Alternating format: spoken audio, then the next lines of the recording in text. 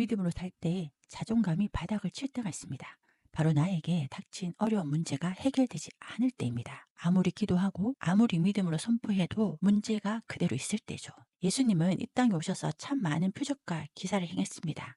그런데 뜬금없이 악한 세대가 표적을 구한다고 꾸짖으십니다. 그러면 우리는 표적을 구해야 될까요? 구하지 말아야 될까요? 예수님은 이 땅에서 하실 일이 있으셨죠. 바로 십자가입니다. 그런데요, 십자가보다 먼저 해야 할 일이 있었습니다. 예수님이 스스로 그리스도임을 증명하는 일이었어요. 이스라엘 민족에게 너희가 그렇게 기다리던 그리스도가 바로 나다. 말라기에서 말한 엘리야가 바로 나라는 것을 증명하셔야 했습니다. 증명 도구가 바로 표적과 기사인 거죠. 예수님은 죽은 나사로를 살리신 기적, 오병이와 같은 많은 기적으로 자신을 증명하셨지만 예수님의 진짜 증명은 바로 십자가 구원입니다. 예수님의 가장 큰 표적이 십자가 부활인 거예요. 그래서 구원받은 우리는 이미 가장 큰 표적을 받은 자들이에요. 그런데요, 우리에게도 어려운 일이 생길 수 있습니다. 그때 우리도 표적을 구해야죠. 하나님 치유해 주세요. 하나님 해결해 주세요. 믿음으로 선포해야 합니다. 그런데 해결되지 않을 때가 있습니다. 병은 더 깊어지고 상황이 더 심각해질 때가 있어요. 그때 여러분들은 어떻게 하세요?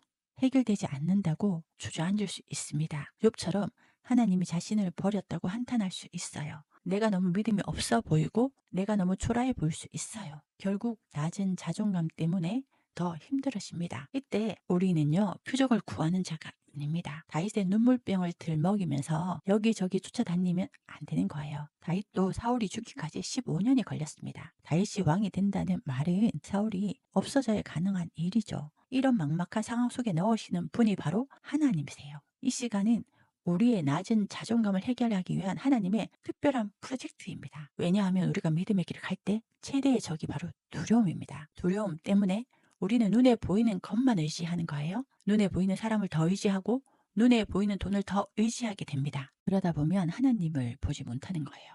하나님을 의지하지 못하는 거죠. 그때 우리의 믿음은 실패입니다. 믿음에서 성공하려면 반드시 두려움을 해결해야 돼요. 여러분은 두려움을 해결하는 방법이 뭐라고 생각하세요?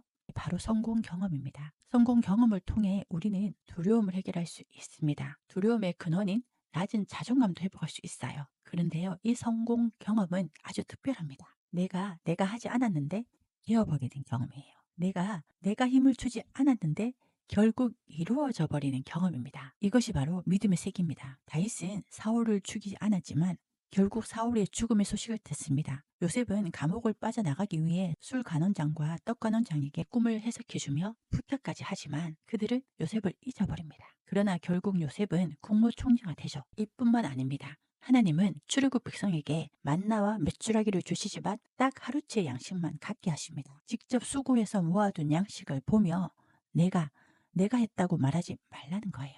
이것이 바로 내려놓음입니다. 믿음의 성공 경험은 내려놓을 때 가능합니다. 여기서 표적은요, 즉시 해결되는 것입니다. 나에게 닥친 어려움이 즉시 해결되지 않을 때 우리는 더 자존감이 낮아지고 더 두려워집니다. 그때 하나님은 우리를 내려놓게 하십니다. 이 문제에 더 이상 애쓰지 말라는 거예요. 계속 떼쓰지 말라는 겁니다. 기적이 일어날 때 말로는요, 하나님 하셨어, 하나님이 기적을 행하셨어 라고 하지만 내 믿음이 이 정도니까, 하나님을 내가 이만큼 사랑하니까, 내가 이 정도로 헌신하니까 내 어떤 것에 의해 기적이 이루어졌다고 착각하게 됩니다. 이 착각은요, 기복신앙으로 변질될 수밖에 없습니다. 인간이 저지른 이 착각 때문에 하나님은 우리의 어려움을 즉시 해결해 주지 않습니다. 너희는 가만히 있어 내가 하나님됨을 알지어다. 하나님은 기적을 행하시지 않고 가만히 계십니다. 우리가 가만히 있을 때까지 말입니다. 15년 동안 다윗은 계속 구한 것이 아닙니다. 하나님이 자신을 왕으로 세우신다는 믿음으로 15년을 살아낸 겁니다. 그렇게 우리도 믿음으로 살아내는 것입니다. 어려움이 있을 때마다 우리는 내가 바로 가장 큰 표적을 받은 자임을 기억해내야 합니다. 믿어야 합니다. 오라 우리가 여호와께로 돌아가자.